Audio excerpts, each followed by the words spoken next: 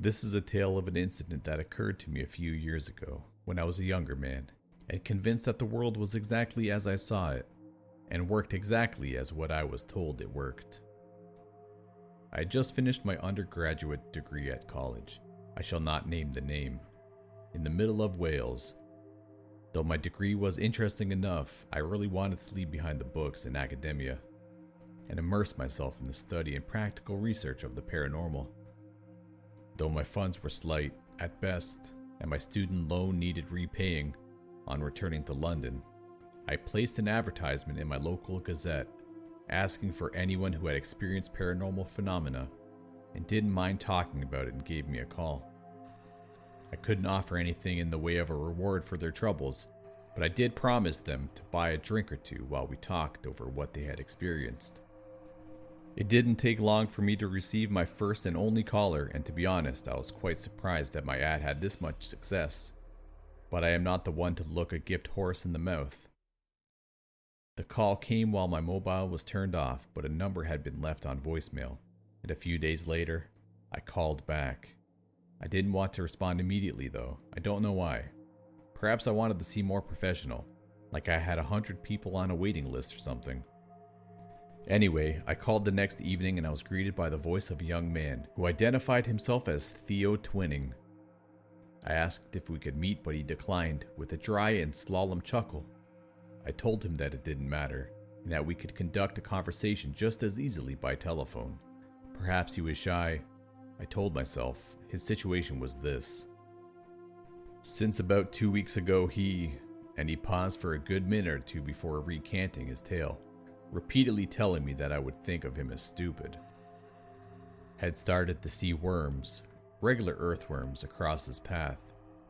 I at first thought of him as a little bit paranoid before I heard the particulars of the tale.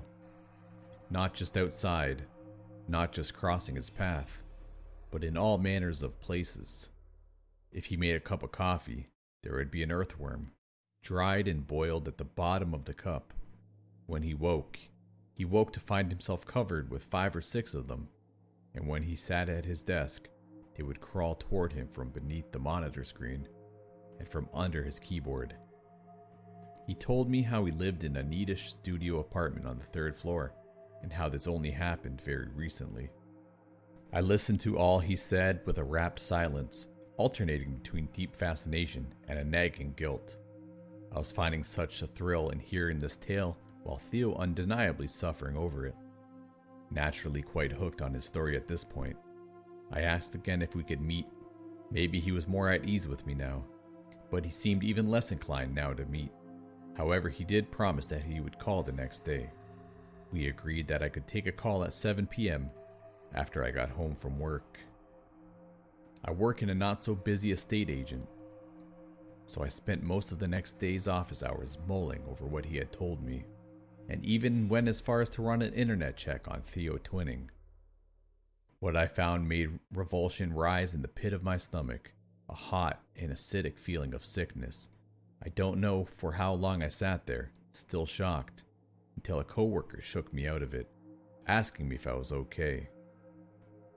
It was all I could do to lie, though before me the screen gave details on Theo Twinning.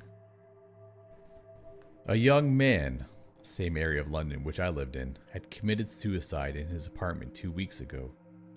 The obituary notice was in the very same paper which my advertisement appeared.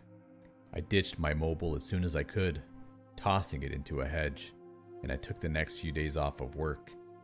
I went off to visit friends, not wanting to be alone.